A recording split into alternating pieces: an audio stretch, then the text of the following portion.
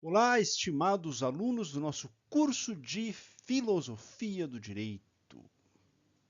Hoje nós vamos tratar, em continuidade do positivismo jurídico, acerca das revoluções liberais e a sua conexão com o positivismo jurídico e o que adveio daí, né, a modernidade e o positivismo jurídico. Percebam que o tema positivismo ele é muito mais amplo em sentido de conteúdo, tá ok? Do que em sentido horizontal, não vertical, do que o justnaturalismo. Por óbvio que o justnaturalismo ele é muito mais amplo no seu sentido vertical, ele é muito mais profundo, muito mais denso. O positivismo ele tem muito mais coisas para serem estudadas, até porque a gente vai ver hoje a formação do Estado moderno está intrinsecamente, umbilicalmente conectada com o positivismo. Né? Então, quando a gente fala revoluções liberais e positivismo jurídico moderno, a gente está falando da substituição das monarquias absolutistas por um Estado de direito moderno. Esse movimento, apesar de ter tido seu ápice com o Iluminismo, que culmina na Revolução Francesa, e daí efetivamente se iniciam os Estados modernos, este movimento ele se inicia lá do meio para o fim da Idade Moderna, como a gente já viu nos nossos estudos. Então, chegamos aqui nas revoluções liberais. Olha só o que diz o Código Civil francês de outrora, no artigo 1º. Existe um direito universal e imutável, fonte de todas as leis positivas. Não é outro senão a razão natural, visto esta governar todos os homens. Olha só que interessante. Se não é mais o rei que manda, e sim o Estado que manda, onde está o poder do Estado? Montesquieu vai dizer que o poder do Estado é dividido em três, em executivo, legislativo e judiciário, e que o poder legislativo é aquele que vai transformar numa legislação positivada e escrita a volonté générale, a vontade geral, a vontade do povo. Então, a ideia da Revolução Liberal é a criação de um Estado que é determinado moderno, um Estado que condense o direito num código de leis, num código simplificado e claro de leis, de normas jurídicas. Existe um direito universal e imutável. Que direito universal e imutável é esse? E universal e imutável, vejamos aqui, ó. Deixa eu colocar vermelhinho. Fonte de todas as leis positivas. Qual é a fonte de todas as leis positivas? Vamos ver a mens legis et legislatores deste Código Civil francês desta época, derivado da Revolução Francesa. A razão natural, visto essa governar todos os homens. Vejam só, a gente tem aquela camadinha, né, as camadinhas da cebola. O que nós temos aqui? Nós temos aqui um justnaturalismo, com a ideia de Deus, que acaba sendo apagado. Deixa eu apagar tudo aqui, vou só falar. Nós temos aqui a natureza das coisas, natureza externa, exterior ao ser humano, e essa natureza ela é apagada. Já vimos isso na aula passada. Nós temos aqui a ratio, a razão humana,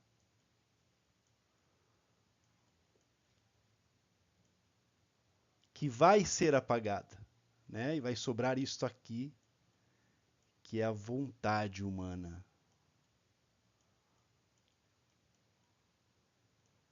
Então, cientes dessa historicidade, da evolução do pensamento jurídico no mundo, quando nós lemos o Código Civil francês, em seu artigo 1º, dizendo que a fonte de todas as leis positivas é a razão natural, nós sabemos que nós estamos neste momento da historicidade do pensamento jurídico.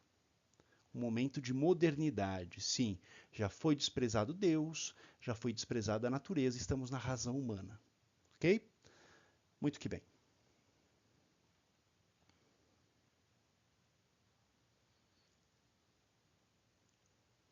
Deixe-me apagar aqui. Ok. Então, o que nós temos aqui nesse Código Civil francês? Vamos fazer uma ponte entre o que nós temos aqui e esses dois pensadores, né? Antes de nós positivarmos a vontade do povo, nós temos então, diz o Estado moderno, que positivar os direitos naturais do povo. Então, vejam só, esses direitos naturais são relacionados à razão. Thomas Hobbes e David Hume, eles são chamados de convencionalistas. Por quê? Eles são chamados de convencionalistas porque eles entendem que o ser humano, dotado de razão e gozando e utilizando-se dessa razão, se reúnem, se congregam em uma sociedade.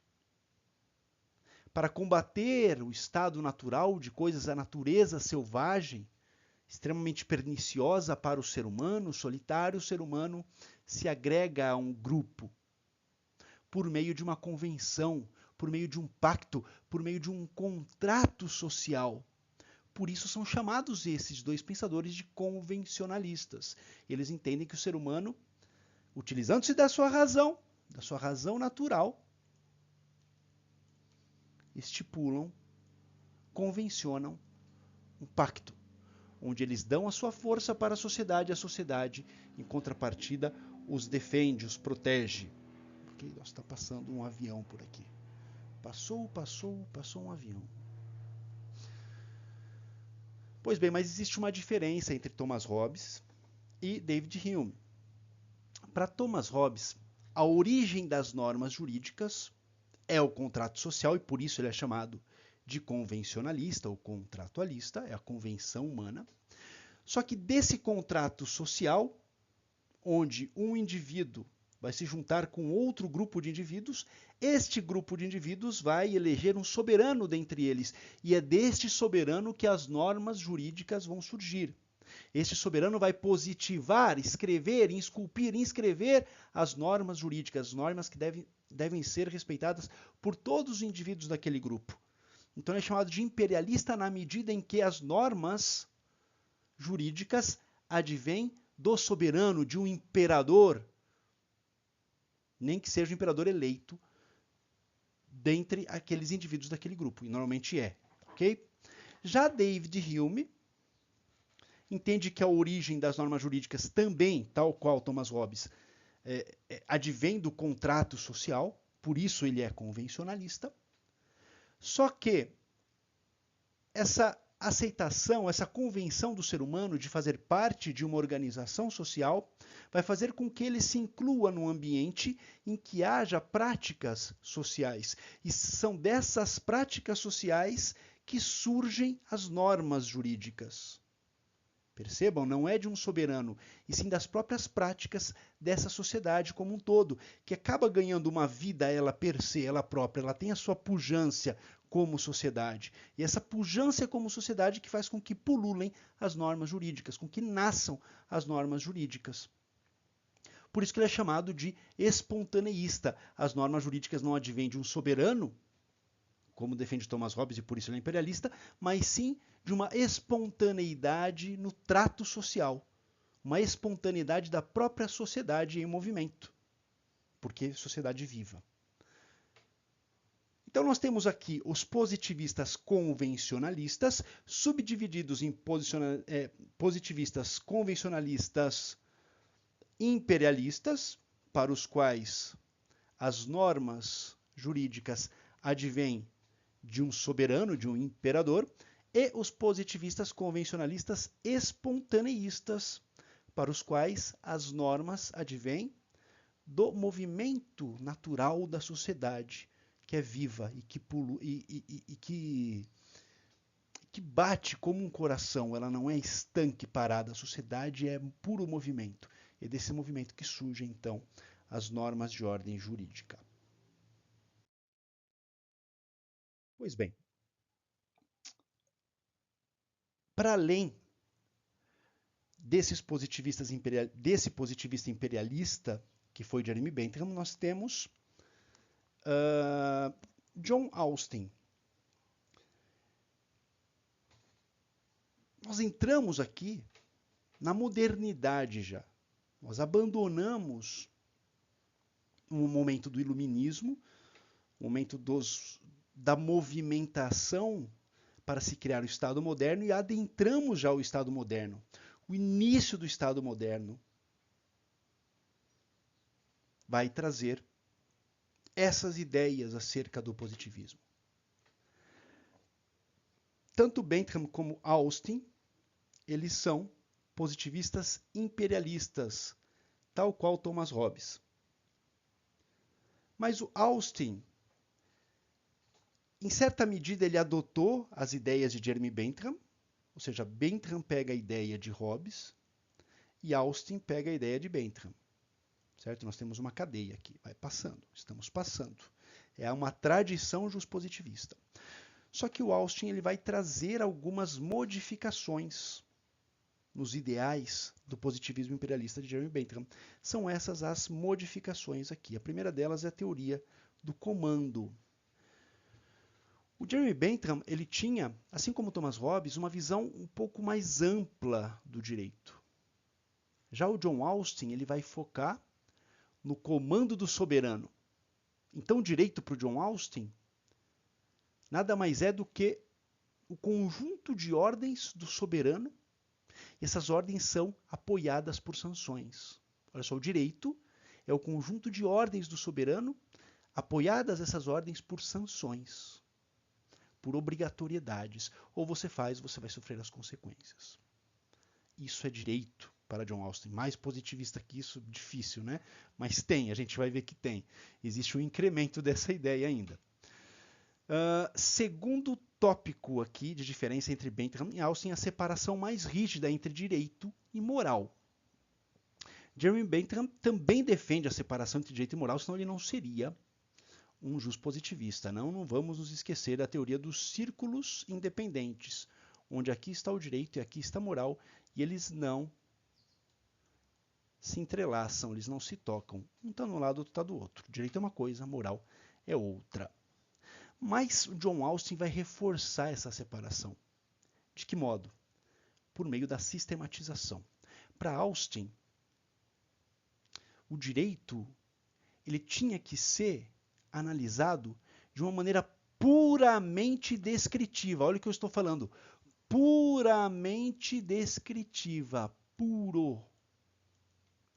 Puramente descritiva. Ou seja, como um sistema de normas impostas pelo soberano, sem qualquer referência a valores morais ou éticos. O direito é puro.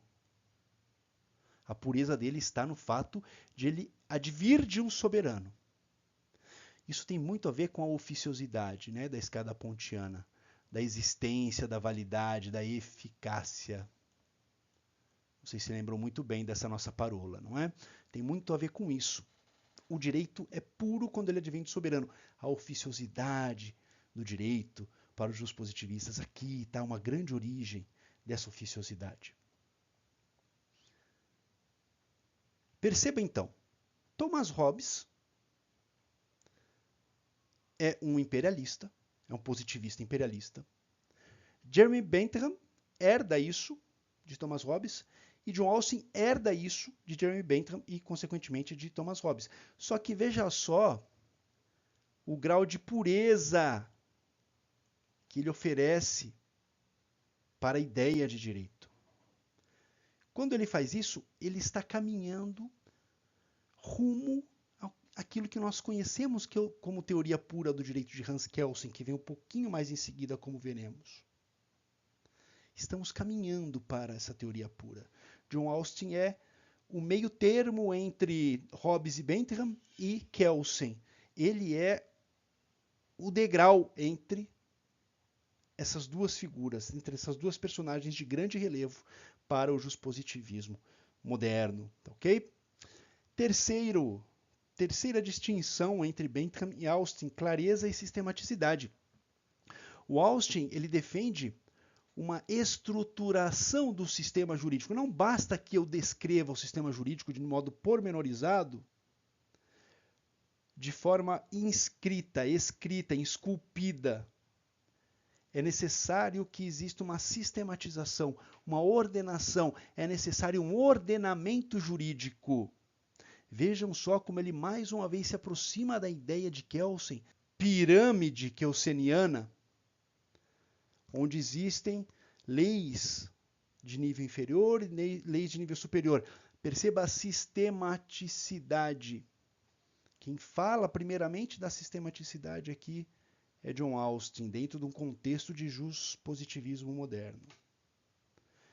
E por fim, aqui mais uma aproximação de Austin com o limiar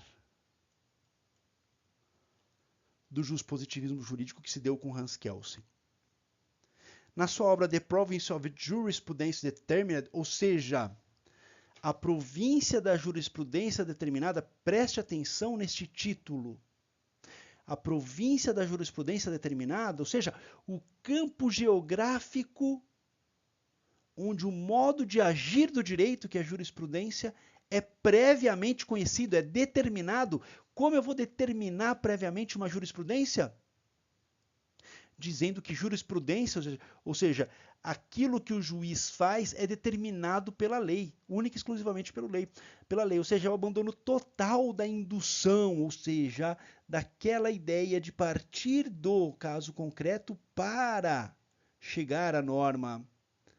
É um abandono dessa ideia e uma adoção, uma consequente adoção de uma completa e restrita dedução, ou seja, parte-se da lei para o caso concreto. Vai se adequar a lei ao caso concreto, em tese, porque o que acontece é que a lei se torna rígida e o caso concreto tem que se amoldar à lei. Então fica uma coisa meio estranha, né? Muitas vezes não se coadunam. A gente já estudou a ideia da régua lésbica, que no direito se faz necessária uma régua lésbica. Isso não existe. Isso não existe. Se o caso concreto não se encaixa na lei, a gente vai fazer encaixar. A gente vai forçar e vai fazer o caso concreto se encaixar na lei. Nem que você tenha que quebrar o caso concreto para isso, porque o caso concreto ele é menos forte no mundo das ideias do que a própria lei. A lei tem mais força do que o caso concreto. E onde nós encontramos toda essa ideia de abandono da indução e adoção da dedução? Nós encontramos isso em Kant. O fundamento filosófico disso está em Kant, porque Kant vai dizer do imperativo categórico, nós já estudamos sobre isso. Ele estabelece que as normas morais devem ser universalizáveis, e se elas são universalizáveis, elas são necessárias. Normas universais são normas necessárias, desde que sejam construídas por um processo racional. Mais uma vez, nós estamos onde? Nós estamos naquele momento histórico em que já se abandonou Deus, em que já se abandonou a natureza e está se falando da racionalidade humana. Isso vai mudar também daqui a pouco, né? Mas por enquanto estamos aqui. E esse método racional de Kant é um método dedutivo, ou seja, ele parte de cima para baixo, ele parte do universal para o caso concreto. Ele rejeita o método racional indutivo que parte de baixo para cima.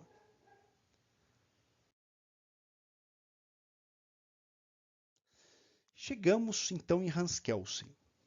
Partimos de lá de Hume, de Hobbes, mais de Hobbes do que de Hume, né? Herdam aí Jeremy Bentham, Austin, chegamos em Hans Kelsen. Hans Kelsen ele vai adotar o positivismo muito fortemente, mas ele vai rejeitar alguns aspectos do positivismo imperialista, principalmente do positivismo imperialista de John Austin. Eu falei que ele era o passo seguinte de John Austin no decorrer, na marcha histórica do positivismo moderno, não é?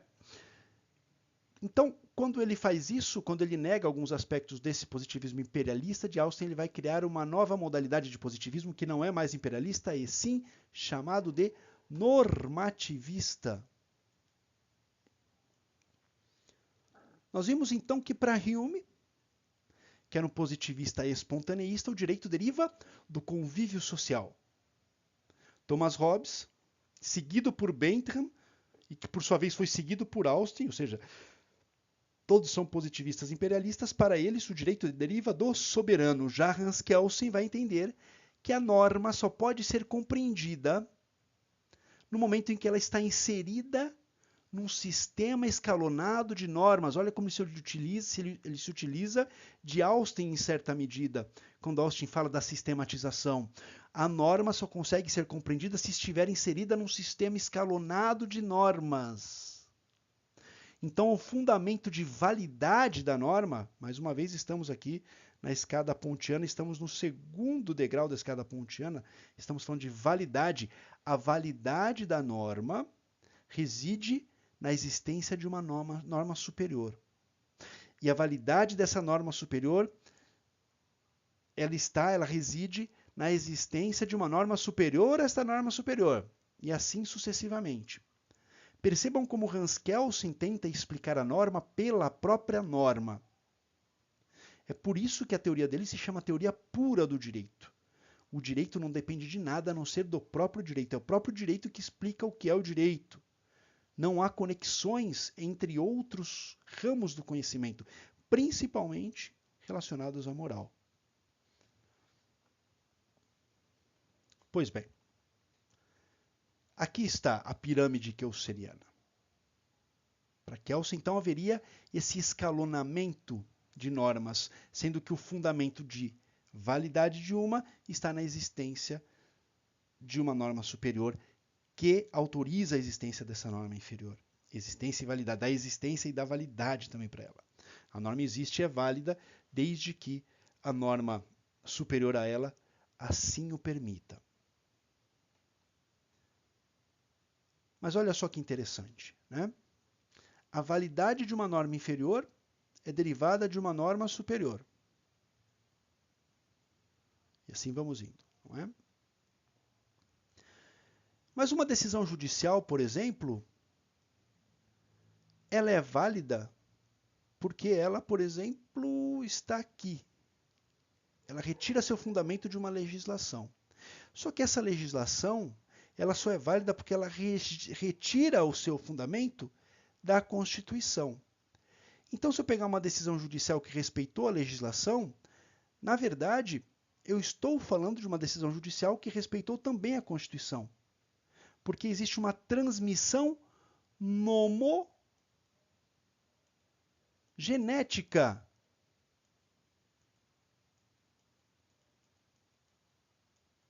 Tanto da mens legis quanto da mens legislatores. Se a legislação respeita a Constituição, ela recebe a genética dessa Constituição. Se uma decisão judicial respeita a legislação, ela recebe a genética dessa legislação, que é a mesma genética da Constituição.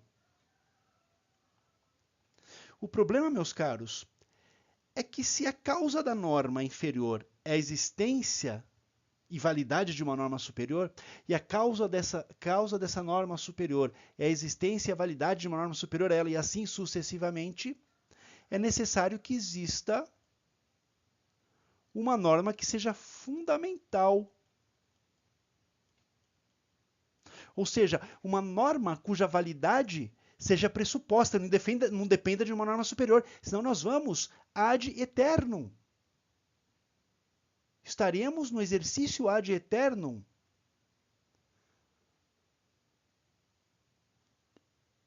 É aqui que nós chegamos, então, a um raciocínio que se assemelha muito ao raciocínio de Santo Tomás de Aquino. Santo Tomás de Aquino, ele explica a existência de Deus por 5 vias. E uma dessas vias é aquela que explica que se tudo que é movido, pega aqui, tudo que é movido tem como causa a existência de algo que já está em movimento, e se está em movimento é porque tem outro aqui, e se está em movimento é porque tem outro aqui, é necessário que exista um ser inamovível, mas que causa movimento nos outros seres. É uma causa movente inicial, não movível, mas que faz mover. Ele chama essa causa de Deus. A religião chama essa causa incausada. Esse ser inamovível que somente move. Esse ato puro de Deus. Hans Kelsen tem a mesma ideia. Ele vai chamar essa norma incausada, essa norma fundamental, esse regramento inamovível, mas que causa movimento, esse ato jurídico puro, disso aqui.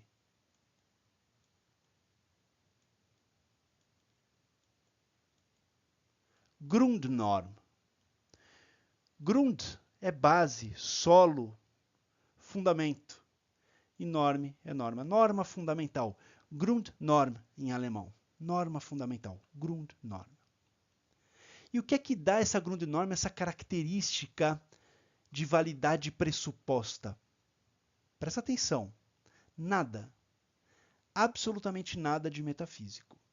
De acordo com Hans Kelsen. Por quê? Porque o positivismo jurídico de Hans Kelsen está completamente conectado àquele positivismo filosófico do Círculo de Viena. E o que raios é esse Círculo de Viena? Círculo de Viena foi um grupo de filósofos que se debruçava sobre o significado e sobre as condições da verdade. E a principal linha de raciocínio do Círculo de Viena desses filósofos era a refutação de tudo aquilo que não poderia ser explicado por meio da razão humana. Eles refutavam tudo, absolutamente tudo que era permeado por valores de ordem moral. Então, meus caros, se não é a metafísica, se não é a moral que vai fundamentar a Grundnorm, a norma fundamental, o que é que dá essa condição de Grundnorm a essa norma? Percebam como a filosofia jurídica de Hans Kelsen é a norma pela própria norma. E nós ficamos aqui com uma dúvida. O que fundamenta a Grundnorm? Hans Kelsen vai defender a existência no sistema jurídico, que é escalonado, como nós vimos aqui. A validade da lei nesse sistema jurídico escalonado está na existência, na autorização que lhe dá uma lei superior e assim sucessivamente. Mas o problema surge aqui, quando nós nos perguntamos por que essa Grundnorm é válida. Aliás, onde está essa Grundnorm? Seria ela a Constituição? Não, ela está para além da Constituição. E aí que Hans Kelsen vai dar um pouco o braço a torcer, e ele vai dizer que mesmo que nós retroagíssemos a todas as constituições históricas e chegássemos até a primeira Constituição existente, realmente existente no mundo, em algum momento desse movimento, nós não teríamos uma norma positiva capaz de conferir fundamento de validade para as normas que se seguem. É aí que Kelsen vai inaugurar a ideia do que seja a Grundnorm. Uma norma que, na verdade, não está no mundo dos fatos. É uma norma pressuposta. No caso do Brasil, a Grundnorm não seria a Constituição Federal. A Grundnorm é algo que não está escrito, que não está esculpido, mas que diz assim para cada um de nós: deve-se obedecer o Constituinte originário. E se nós obedecemos o Constituinte originário, nós obedecemos a Constituição. E se nós obedecemos a Constituição, nós obedecemos as legislações e costumes. Se nós obedecemos as legislações e costumes, obedecemos os regulamentos. Se nós obedecemos tudo isso aqui, nós obedecemos também decisões judiciais. Perceba que tudo se funda na Grundnorm, que é deve-se obedecer o Constituinte originário.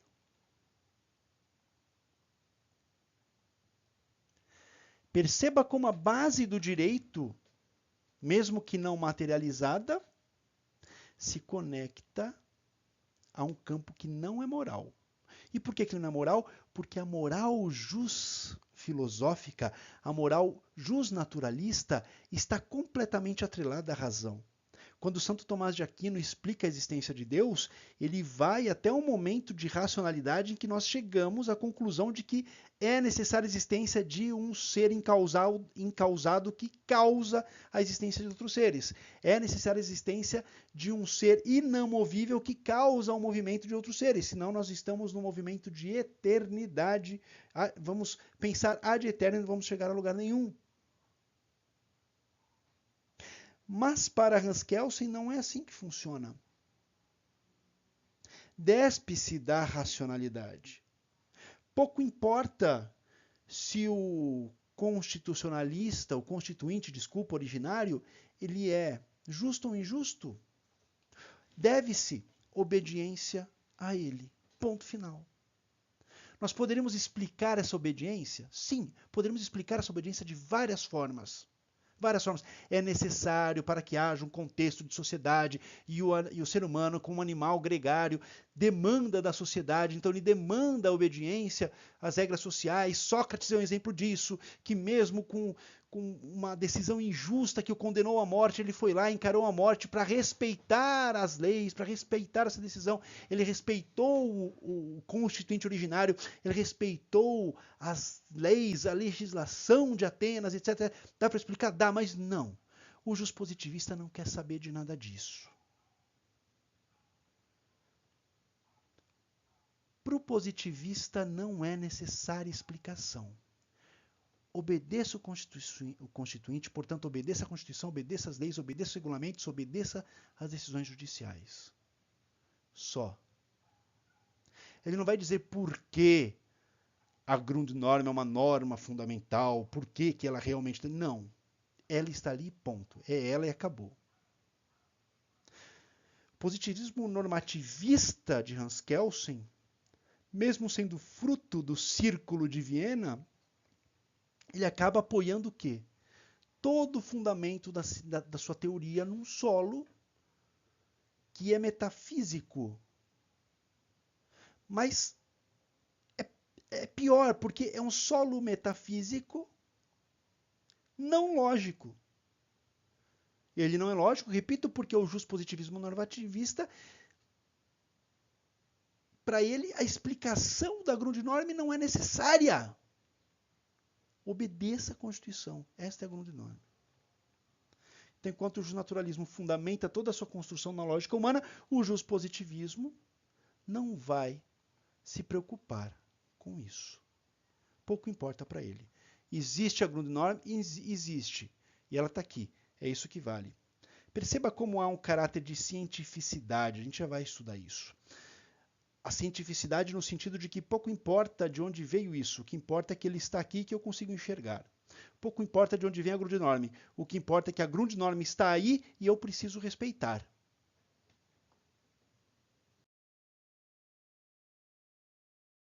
E chegamos agora a mais uma modalidade do positivismo moderno.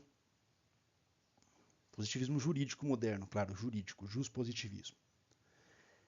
Herbert Lionel Adolphus Hart, Herbert Hart, faleceu em 1992. Foi uma mente brilhante do direito. Eu sou justnaturalista, mas eu entendo Hart como uma mente brilhante do direito. Ele seguiu, em certa medida, a esteira de Hans Kelsen, negando o positivismo imperialista, mas ele também se afasta da ideia de Hans Kelsen, da norma explicada pela própria norma. A norma é norma pela própria norma.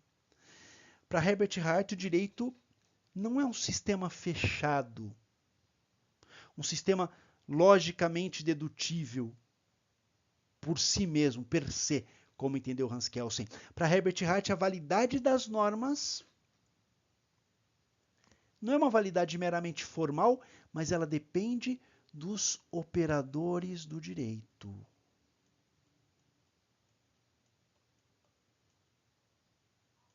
Em que medida ela depende dos operadores do direito?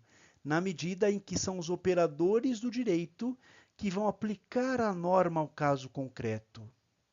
De modo que a validade das normas estaria também conectada à compreensão das normas pelos operadores do direito. Vejam só, vou repetir. A validade das normas estaria também conectada, não só à existência, aqui tem a existência, que ela é positivista. Por isso Herbert Hart é considerado positivista. Mas a validade, então a existência vem do simples fato da norma existir, oficiosidade. Mas a validade dela bebe da aplicação do operador do direito. E para o operador do direito aplicar, ele tem que entender, tem que interpretar esta norma existente. É por isso, meus caros, que o positivismo inaugurado por Herbert Hart é adjetivado de positivismo social. Ele dá uma ênfase à dinâmica que existe dentro do direito enquanto uma regra predeterminada. E a relação entre essa regra predeterminada e os operadores do direito, que vão interpretar esse direito pré-existente para aplicá-lo no caso concreto. Então, quando Herbert Hart defende isso, ele acaba colocando os operadores do direito no centro da dinâmica jurídica. O legislador é importante? É, para o quesito existência das leis. Mas o operador do direito é importante para o quesito validade das leis. Deixa eu me apagar.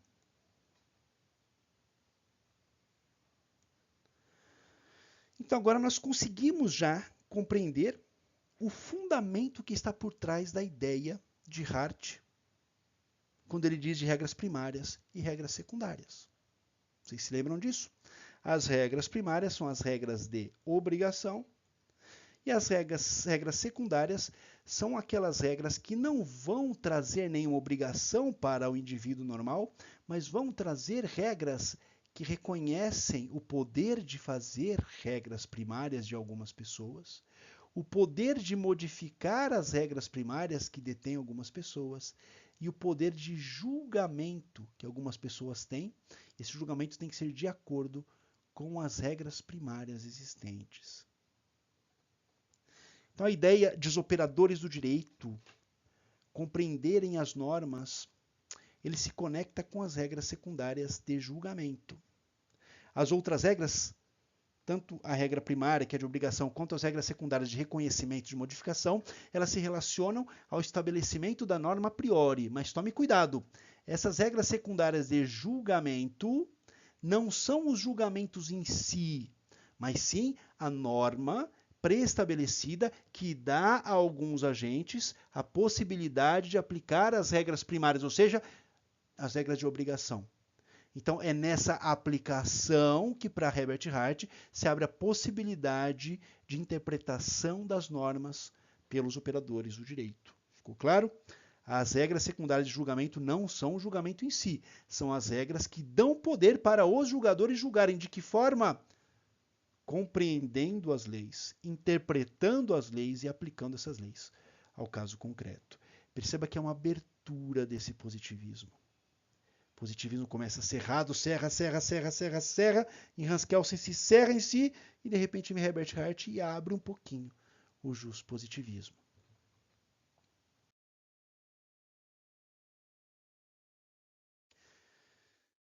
Uma importante contribuição de Norberto Bobbio, o filósofo italiano, já falecido.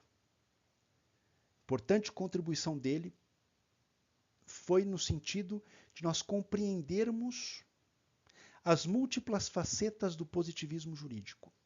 Ele fez uma distinção do que seria o positivismo como modo de abordagem do direito, o positivismo como teoria do direito e o positivismo como ideologia jurídica. Como modo de abordagem do direito, nós temos que o positivismo aborda de modo científico, ou seja, ele procura dizer o que é o direito e não como o direito deveria ser. Vejam só, é isso que é entendido como um movimento de cientificidade do direito. Porque a ciência atual, o que ela vai fazer com a ciência clássica? A ciência clássica considerava 4 causas dos objetos que ela estudava. A causa final, também chamada de teológica, a causa material, a causa eficiente e a causa formal.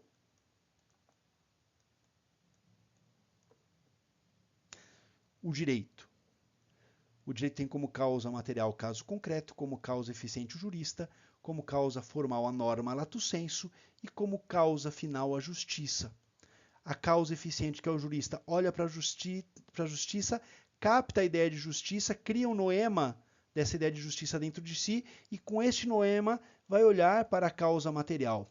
Juntando a causa material, que é a realidade, que é o ser, com a ideia de justiça, que é o dever ser, ele cria a partir daí, e com várias técnicas de ordem clássica, a norma.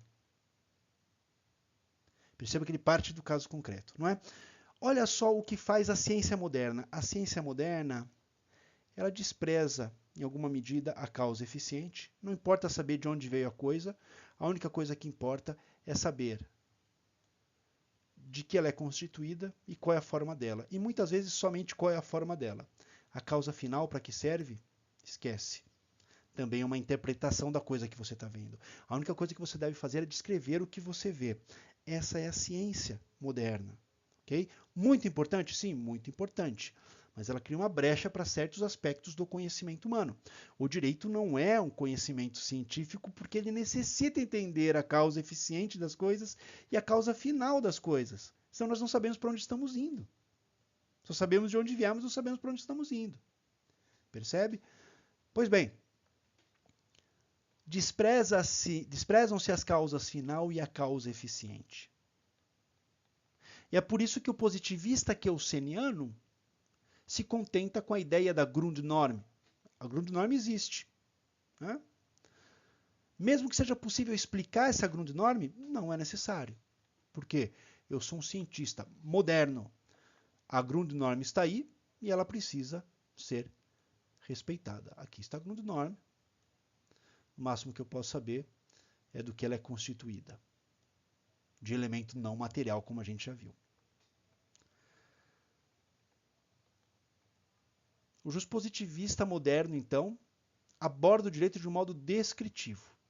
Ele descreve o que ele vê e nada além disso. O foco está na causa formal do direito, em pouca medida na causa material.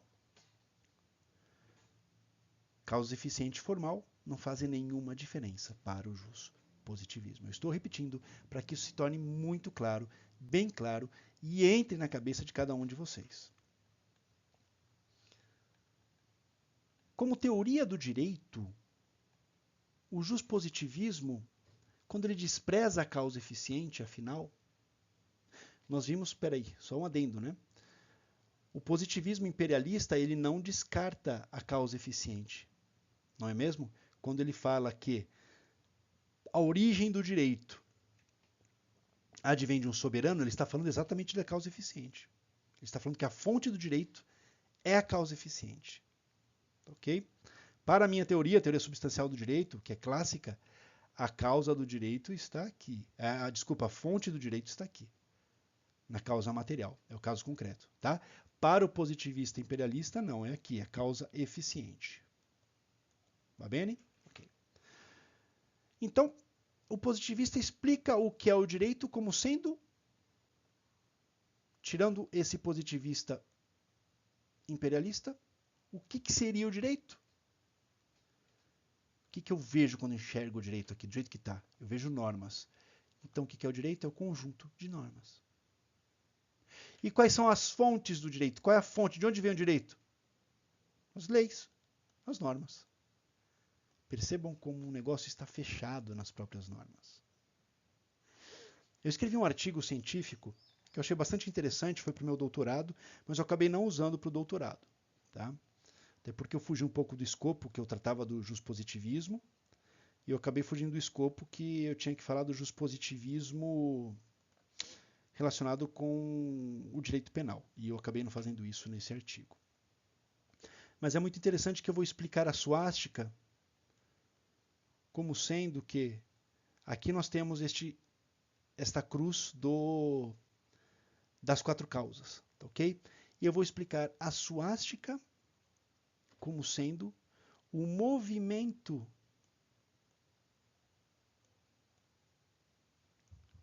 dessa cruz em sentido anti-horário. Opa, errei aqui, né? Peraí. Vou fazer direito. Eu sempre confundo o lado da suástica. Ela vai rodar para o lado anti-horário, né?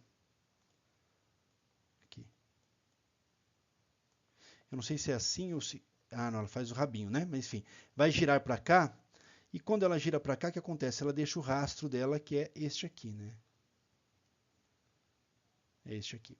Então, o que era a causa formal, que era a justiça vai virar... o que era causa final vai virar causa formal. A justiça vira causa formal.